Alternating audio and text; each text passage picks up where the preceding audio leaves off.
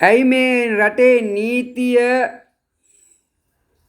නීතිය පාලනය කරන රටේ ආගම බුදුදහම ධර්මචක්‍රය එක්ව ඉන්දියාවේ සියලු පරිපාලනය දේශයේ වැසියාගේ මුඛය වසාගෙන මගේ සමාජ මාධ්‍යයේ උඹලා වැහුවේ කාට විරුද්ධවද? මේ රටේ උගතෙක් බුද්ධිමතෙක් ධනවතෙක් මොලේ ඇති එකෙක් ඉන්නවා නම් කියපල්ලා බලන්න නැගිටලා උඹලා මේ රටේ කට වැහුවේ කාගේද? මගේද? උඹලට මගේ කට වහන්න පුළුවන්ද? මේ පොළවේ සිටින්නා වූ සියලු ජීවතුන් උඹලාට මරලා ඉවර කරන්න පුළුවන් නම් මගේ කට වසන්ට හැක කියා උඹලා දන්නේ නැතිද? දෙවියන් වහන්සේට මුඛය තිබෙන්නේ සියලු ජීවතුන්ගේ හිසේ කියලා උඹලා හිසේ තිබෙන්නා වූ දිව දැකලා තේරුම් ගත්තේ නැද්ද? දෙවියන් වහන්සේ සිටින්නේ මේ ජීවමාන පෘථිවිය තුල මේ දේශේ මේ අලංකාර දේශේ ආදම්ගේ පතුල තියලා තියෙන තැන කියලා උඹලා දන්නේ නැතිද? උඹලට ආදම්ගේ පතුල මේ දේශේ තබා තිබෙනවා කියලා මුළු පෘථිවියේම වැසියෝ දන්නේ නැතිද? නොදන්න එකෙක් ඉන්නවා නම් ඉස්සරහට වරෙල්ලා අන්න ඌට මම ආදම්ගේ පාදය පෙන්වනවා ඇත.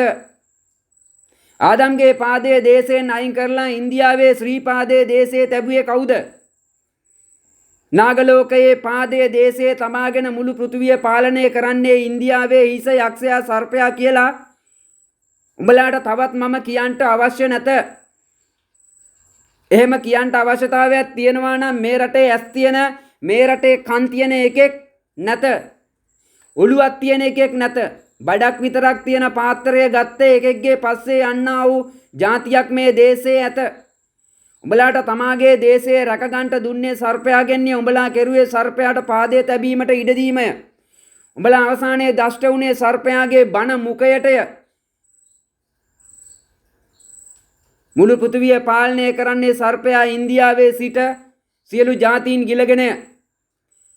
උඹලා දේශයේ කරන්නේ ජාතියට පමණක් නොව මුළු පෘථිවියේම වැසියන්ට විනාශය. උඹලා ජාතියක් හැටියට පොළවේ තැබීමටවත් සුදුසු නැත, විනාශ කළ යුතුය. මක්නිසාද ජීවමාන පෘථිවියේ වටිනාකම උඹලාට තේරුමක් නැතිද?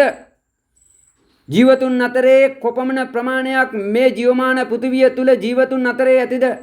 උඹලා බුදු සාදුගේ සිල්වත් පක අල්ලගෙන ඉන්දියාවේ පුක දීගෙන දේශයත් ජාතියත් විනාශ කරගෙන මුළු පෘථිවියත් එහි සියලු වැසියන්ගේත් විනාශය සාධනවා ඇත.